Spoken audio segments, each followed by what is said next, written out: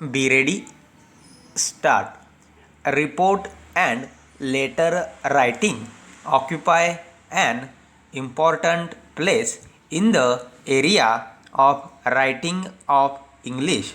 It provides room for the display of one's knowledge of writing general English.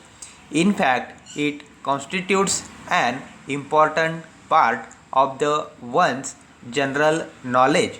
There is sufficient scope for one's individual style of writing. So far as report writing is concerned, the nature of the report depends upon the register that is required to be followed. For example, the report of accident spot.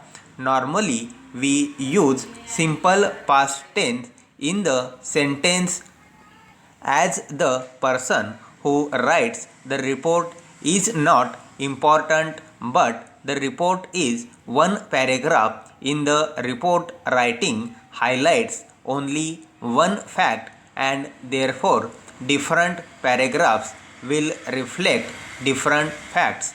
Generally, a report of particular incident or facts ends when an incident ends. The use of simple present tense also is very common. The habit of report writing also helps to enrich one's knowledge of the language. Apart from report writing, letter writing is equality important as it is necessary in the official correspondence in the day-to-day administration. My implication of letter writing here is not only official letters, since it does not require much knowledge of English, because some expressions have become an essential part of official correspondence. One may not have learnt English thoroughly well, yet he may be good at writing official letters, because the format of such letters is well established. Here, by letter writing, I mean writing of personal letters to one's friends, relations, superiors, etc. on occasions like marriage, promotion, getting scholarship, and so on. One gets an opportunity to exhibit his style and writing letters. There is immense scope for writing letters according to one's individual style.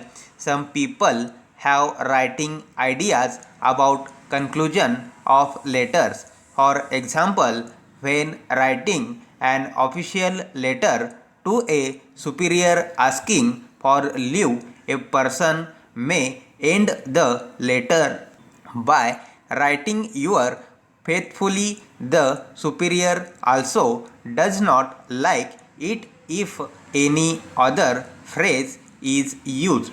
But in Britain, the use of the phrase "your faithfully" is not favored.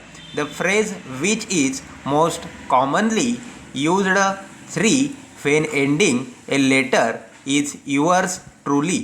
This is irrespective of the status of the person who writes the letter.